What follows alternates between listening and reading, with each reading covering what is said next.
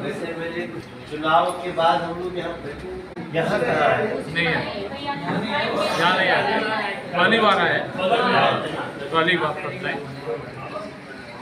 चुनाव के बाद हम लोग कार्यालय पे पहली बार बैठे। चुनाव एक ऐसी चीज होती है, जब आदमी चुनाव में जा रहा होता है तो विदा लेके जाता है, पता नहीं फिर आएगा कि नहीं आएगा। तो आप लोगों ने फिर से वापस कर दिया और इस कार्यालय में हम लोग बैठे। और हुआ ऐसा कि यहाँ 7 तारीख से बागेश्वर वाले महाराज की कथा होने वाली। यहाँ जो गणेश चतुर्थी होती है ना, तो एक जो मुंबई के लाल बाग के राजा बहुत प्रसिद्ध है, उन्हीं की बनाई हुई मूर्ति होगी लाल बाग के राजा के नाम से। अब उसको इस साल हम लोग यही बुराड़ी में ही जो डीडीए का ग्राउंड है, निरंकारी ग्राउंड भी उसका नाम एक होता रहता है, तो वहाँ पे एक बहुत बड़ा आयोजन करवा रहे हैं। आप ही लोगों का है, आप ही लोगों के लिए है। घर घर से लोग आए उस भगवान गणेश की पूजा में, और 5 दिन उनकी कथा होगी। 5 दिन एक अनिरुद्धाचार्य जी हैं, उनको भी हमने भेजा, उनको भी रात में हमारे वो बागेश्वर वाले गुरु जी आ गए थे। अब वो हम लोग थोड़ा सा घूमते चलते रात में मेरा जागरण हो गया। सुबह हमने 11:30 बजे चंचल जी को बोल दिया था कि हम लोग यहाँ बैठेंगे, फिर आप सब लोगों को सूचना दे दिया था। फिर अचानक सुबह याद आया कि आज तो झुग्गी में जाना है हम लोगों को। झुग्गी में रहने वाले लोगों की बहुत सारी समस्याओं को लेकर के आज पार्टी ने थोड़ा सा ग्राउंड की जानकारी क्या है, तो उसका एक बड़ा सा कार्यक्रम था, उसमें रहना पड़ा। फिर आज बहुत सारी रामलीलाओं का भी भूमि पूजन था, और वो हम लोग बात करते समय याद ही नहीं रहा। तो जितना जगह पूजा कर सकता हूँ किया हूँ, तो भी थोड़ा विलम्ब हो गया, देर से भी ज़्यादा हो गया। आप लोगों को सुविधा हुई होगी, क्षमा चाहता हूँ। मैं तो चल ही रहा हूँ, मैं तो बिल्कुल ही नहीं रात पर सोया, फिर भी आप लोग मुझे माफ़ कर देंगे ऐसा मेरा विश्वास है। दूसरी बात कि हम पीछे वैसे तो बुराड़ी समस्याओं का भंडार है, जो यहाँ रहने वाले लोग हैं, आप ही लोग नहीं, हम बहुत बड़े बड़े स्तर पे बुराड़ी को कैसे समस्याओं से पूरी तरह मुक्ति तो पता नहीं कब होगी, लेकिन कई समस्याओं का निदान हो जाए, इसके लिए बड़ी बड़ी संस्थाएं, बड़े बड़े अधिकारी लगे हुए हैं। आज के दिन में एक जानकारी आप सबके लिए इम्पोर्टेंट है, जो बुराड़ी के लोगों को डीडीए की एनओसी के आड़ में जो मीटर नहीं लगाया जा रहा है, उसको ऐसे ही कहते। हम लोगों ने एक बड़ी सभा की थी यहाँ पे, और उस सभा में काफ़ी लोग आए थे। थोड़ा सा जरूर मतलब क्षमता से ज़्यादा भी हॉल में भर गए थे लोग, तो हम लोगों को कुछ लोगों को बाहर भी करना पड़ा। किसी को तकलीफ भी हुई होगी तो क्षमा याचना ही है। उसके बाद से हम लोग डीडीए बीसी से भी मिले। डीडीए बीसी भी सारी बातों को सुन करके उतना ही परेशान निकले। हालांकि हम लोगों का डीडीए बीसी से झगड़ा हुआ, यहाँ भी करीब 100-125 लोग गए थे।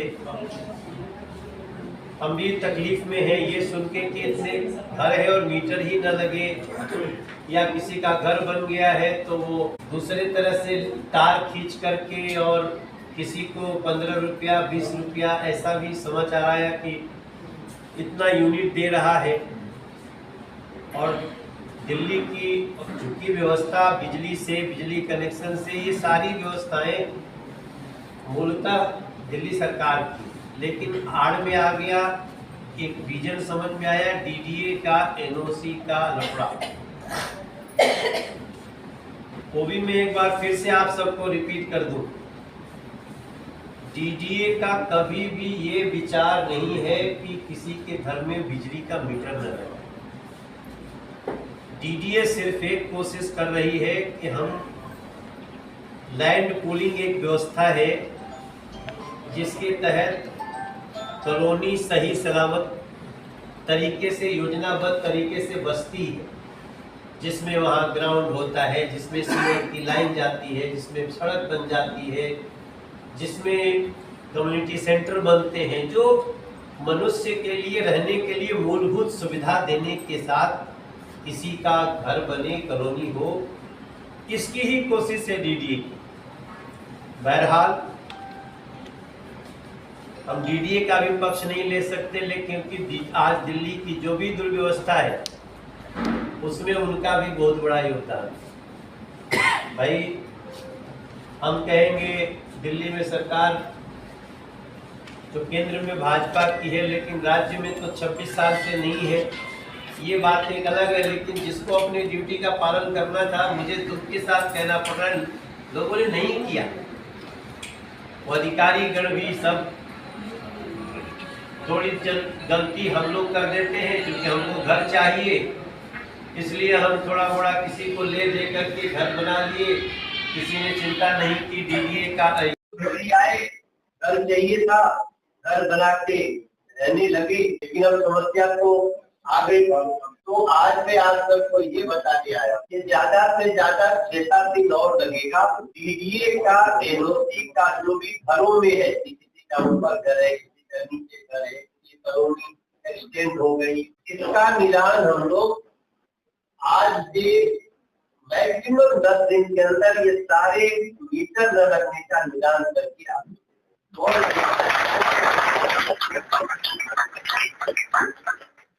हालांकि मुझे कुछ लोग बताए कि रियल मीटिंग के बाद थोड़ा सा किसी का अलग जा रहा है। तो अभी क्या है, जब हमने हाथ अंदर डाला तो जो गलती याद है आपको, जब मैंने सभा में कहा था कितने ऐसे लोग हैं जिनके मीटर नहीं लगे लेकिन बगल में मीटर लग गए, तो लगभग सब नहीं हाथ लगा।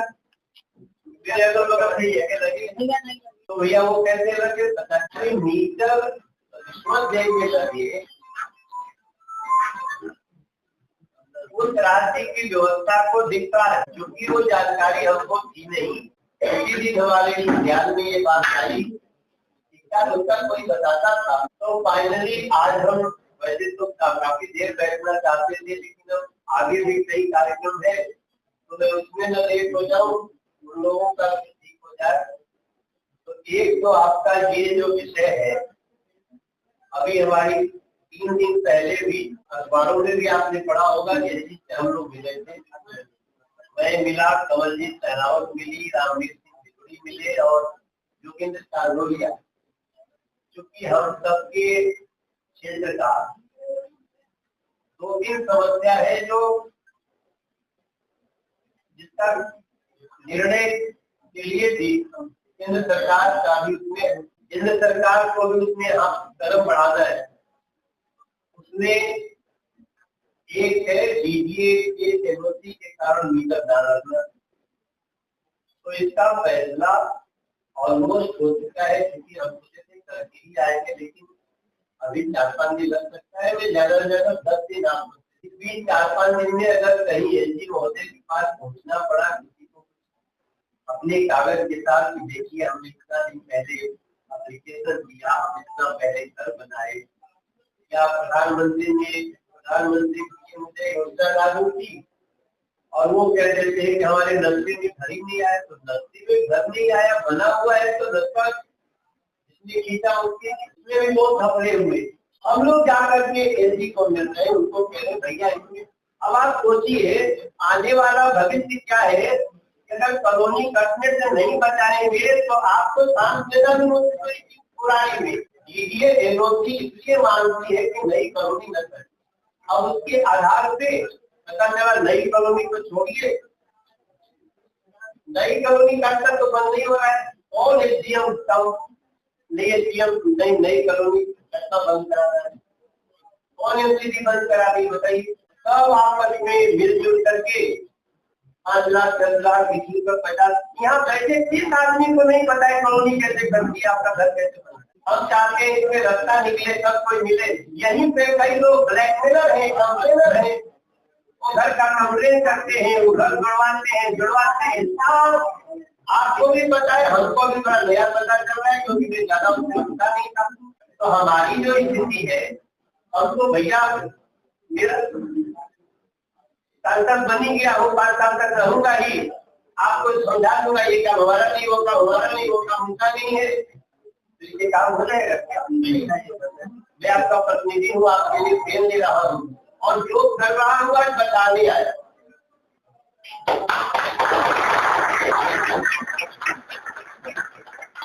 मैं चाहूँ और कर दूँ, क्योंकि जो पैसा चाहिए वो आम आदमी पार्टी की सरकार।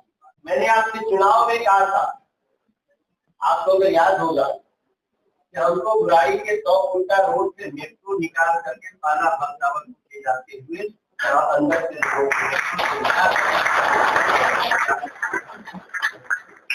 मैंने उसका भी एक कदम बढ़ा दिया है, और आप लोगों को जान के खुशी होगी कि इसको इस कार्य को किया जाएगा। ये पहला सहमति बन चुका है कि यहाँ से ये काम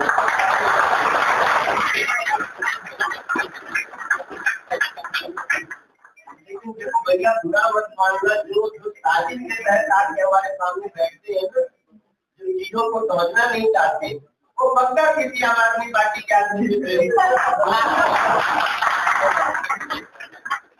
ये भी करते थे, मैं आदमी के जंगल का हूँ, मैं यही हूँ, मैं वही हूँ। हमारे आस पास उन सबों के प्रतिनिधि सटे हुए, और वो एक लाइन के डायलॉग से समझ गया है। वो आदमी कभी भी बुराई का सहायक नहीं हो सकता है, जो भी बोल। तो मैं आपको आज ये पहली बात आपको ये बोल रहा हूँ कि हमारा पहला इशू है, क्योंकि डीसीए का एनओसी के कारण पहले से बने हुए घर में मीटर न लगे, ये हमारी भूल है, उसको मैं उठाने नहीं दिया। इसलिए मैं इतना भाग रहा हूँ, इतना दर्द ले रहा हूँ, और उसका बहुत ही थोड़े समय में उसका इलाज आपको करते। अब देखिए, हमारा तो जो काम है, अभी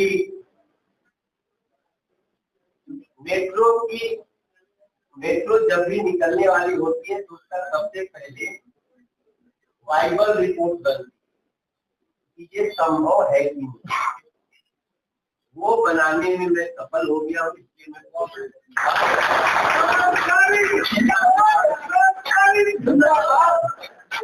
ये भी हमारे और भी डायरेक्ट बस में है, जो मैंने बहुत लंबे समय से आप लोगों से कहा है, यहाँ एक सेंट्रल स्कूल है,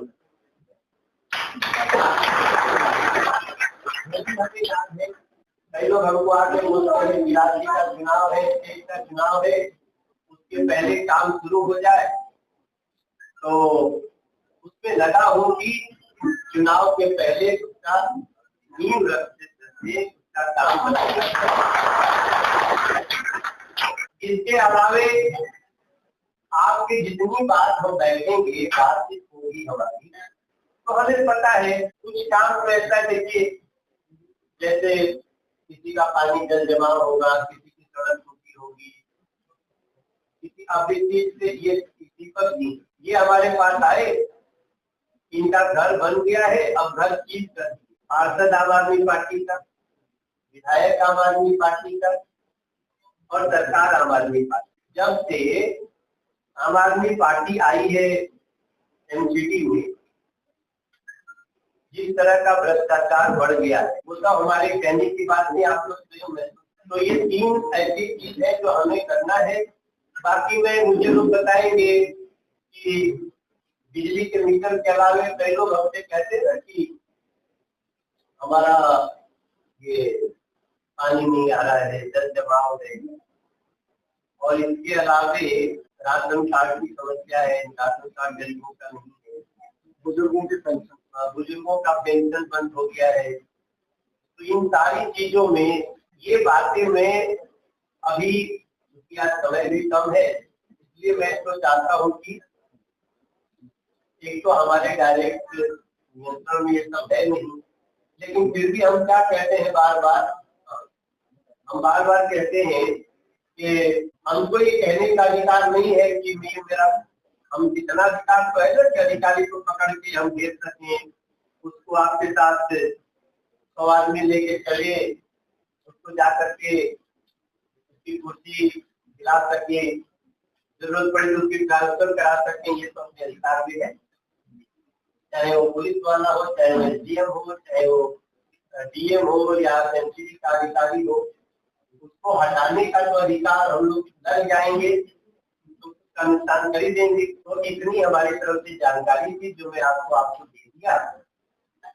एक कुछ पार्कों की बात है हमारे सामने, वो ग्राम सभा के थे लेकिन अब वो डीसी के पास आ गए हैं, और वो जैसे ही हम ये एनओसी का काम क्लियर कर देंगे, उन पार्कों को, करीब 7-8 पार्क है मेरे ध्यान में, उन पार्कों को ठीक कराना, या जैसे एक डीसीएम का एक केस है, उन सब चीजों में तो काम लगाए है, टेंडर हुआ है लेकिन थोड़ा सा स्लो कर दिया, वो सब को हम लोग थोड़ा तेज करेंगे। 4-5 बारात घर भी बन जाए सर। बारात घर भैया मेरे उसमें नहीं है, देखिए मैं आप सबसे बार बताऊँ, समस्या ये भी है कि जानकारी नहीं है, लोगों को पता नहीं है कि कौन सा काम किस डिपार्टमेंट का है, वो उससे किसका अधिकार। एमसीडी आम आदमी पार्टी के पास, ये भले बात है लेकिन सरकार इनकी नहीं है, इनको तो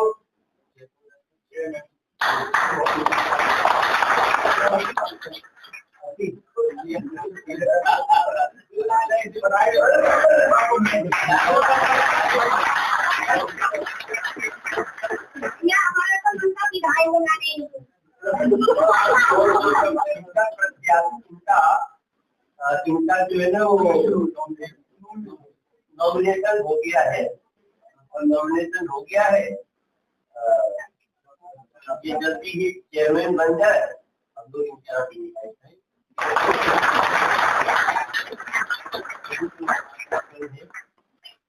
तो हाँ, एक बात मैं जरूर कहूँगा, ये देखिए हम लोग भी काम करते हैं, इतनी शिद्दत से कर रहे हैं, तो थोड़ा हम लोग के साथ भी सहानुभूति रहनी चाहिए। आप जिस तरह की भाषा ऐसे बोलने लगते हैं, तो मैं इनका कर्जा खाते तो आया नहीं हूँ, ऐसा तो हम कोई भी लाइन बोल दे, कुछ भी कह दे, तो ऐसा नहीं कि हम भी घर से इतने कमजोर तो है नहीं, किसी की ऐसी बात सुन लेंगे, पर्सनल जो अटैक करेगा तो हम भी भैया छोड़ने वाले ऐसे लोगों को, चाहे हमें कैसे भी करना, हम भी एक इंसान है, हमको भी इतना न दबाया जाए कि कोई आदमी कोई भी भाषा बोलते तब जबकि हम काम करते। ये हर आदमी को अपनी मर्यादा, अपना इज्जत प्यारा है, तो हमको भी हमारी भी एक मर्यादा है, और मुझे पता है तार पूरा पता चल गया कहाँ से